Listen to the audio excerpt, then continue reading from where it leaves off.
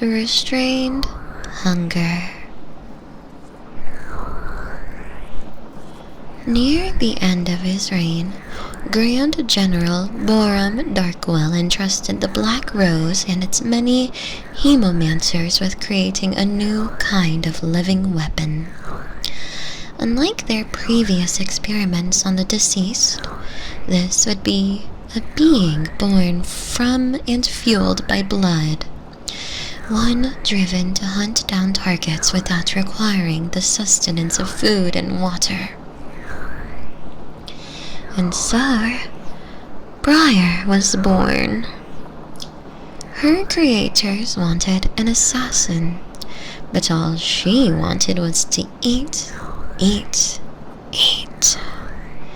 When her first mission ended in a frenzied, gory failure, the Black Rose decided that Briar was too dangerous to use, but too powerful to be destroyed. In order to control her, they devised a special pillory locked by a hemolith gemstone to restrain her and focus her mind. Once shackled with the pillory, Briar, along with the rest of the Black Rose's living weapons, was quickly deployed during Jericho Swain's coup against Darkwell. She was given a handler to help direct her, but when released from her pillory, Briar immediately devoured him and everyone near her. Everyone but her target, Swain, who escaped while the living weapon fed upon friend and foe. After an arduous capture, Swain's guards managed to trigger Briar's pillory and restore her restraint, enabling them to transfer her to their holding facility. Alone in her cell, Briar could focus on nothing except her hunger. Though she couldn't die from starvation, the absence of fresh blood weakened her day by day. At first, she thought the chorus of crazed wails echoing around her room were her own starving thoughts, until she realized the sounds were drifting in from unseen neighbors. Did Swain forces manage to capture other living weapons during their coup? Was she locked up with them now, each having failed their mission, their purpose? The voices cried out for blood, a sentiment Briar could relate to. But what she couldn't stand wasn't how often they did it, nor how loud they were, but that it was all they talked about. Their unrelenting hemomania was the most boring thing she had ever experienced. As hungry as Briar was, and she was hungry, her thoughts stayed focused on the pitiful sounds of the others. What if she managed to break out of the pillory? Would her frenzy make her even more unhinged than her neighbors? Would she become as single-minded and boring as them? The idea was too horrifying to dwell on, so she instead resigned herself to listless solitude.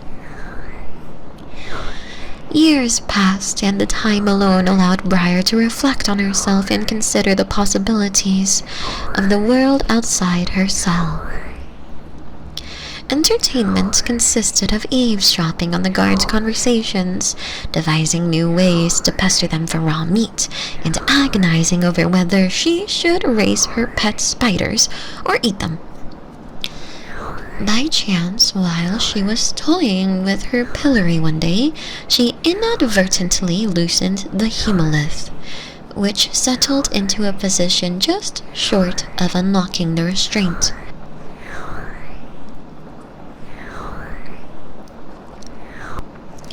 Briar froze as thoughts of her hemomaniacal neighbors filled her head. Is that what she'd become? But then she realized something. Being under control was just as dangerous as being out of control. She wanted to strike the balance. Having discovered the hemolith's mechanism, Briar devised a plan. By this point, the guards were so used to her calls for attention that when she lured one close to her cell, nobody noticed he was missing until it was too late. The guard's blood surged within her, lighting a fire that had been waiting to spread. Briar was finally free. Now the living weapon gleefully roams the streets of Noxus, pillory locked back into place, until she wants to unlock it. As she acclimates to the world outside, with the Black Rose monitoring the unexpected development, Briar eagerly learns all she can, making new friends and discoveries in a world she is starving to experience.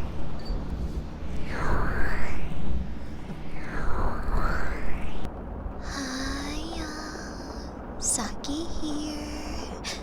Thank you so much for watching my video.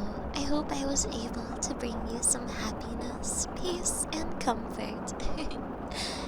If you want to support me on Twitch, feel free to. I stream just about every day. You can also subscribe to the YouTube channel. That would make me really happy. You can also find me on Patreon, Discord, or Twitter.